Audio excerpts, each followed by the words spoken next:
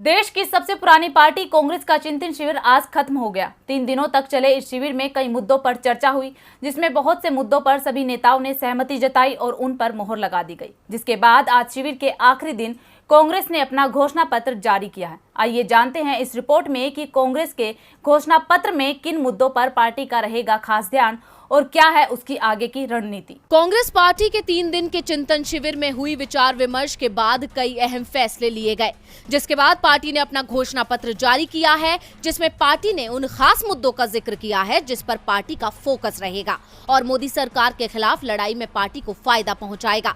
कांग्रेस के घोषणा पत्र में कहा गया है कि केरल इकाई के ही तर्ज पर पार्टी एक राष्ट्रीय ट्रेनिंग इंस्टीट्यूट शुरू करेगी। इसके अलावा किसी भी पद पर केवल 5 साल तक बने रहने के नियम वाले प्रस्ताव पर भी मोहर लगा दी गई। साथ ही इस प्रस्ताव में ये भी जोड़ा गया कि अगर 5 साल तक किसी पद पर रहने वाले व्यक्ति को किसी भी पद पर वापस आना हो तो उसे 3 साल का इंतजार करना होगा।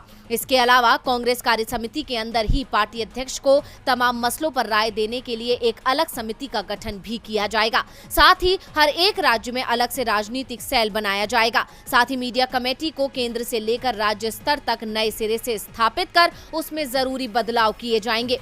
इसके अलावा केंद्र की मोदी सरकार को कई मुद्दों पर घेरने की रणनीति भी बनाई गई, जिसके तहत घोषणा पत्र में बताया गया कि सरकार से चीन मसले पर उसकी चुप्पी पर सवाल पूछा गया है और साथ ही उत्तर पूर्व के हालात पर मोदी सरकार को कटघरे में खड़ा किया गया है। वहीं कांग्रेस ने अपने प्रस्ताव में सरकार को कश्मीर के मसले पर भी घेरा है और सवाल किया है कि धारा 370 हटाने के बाद हालात सामान्य होने के दावे किए गए थे, अब तक हालात सामान्य क्यों नहीं है। इतना ही नहीं, कांग्रेस ने युवाओं पर भी फोकस किया है। अपने प्रस्ताव में संगठन में हर स्तर पर युवाओं को कम से कम 50% जगह देने की बात कही गई है और साथ ही किसानों के मसले पर आंदोलन तेज करने की बात भी कही गई है। प्रस्ताव में किसानों के लिए मुफ्त बिजली और ट्रैक्टर को टैक्स फ्री करने की मांग भी की गई है। इन सब के साथ ही सबसे खास बात यह है कि कांग्रेस ने इन सभी प्रस्तावों को 92 से 100 दिनों में लागू करने की बात कही है।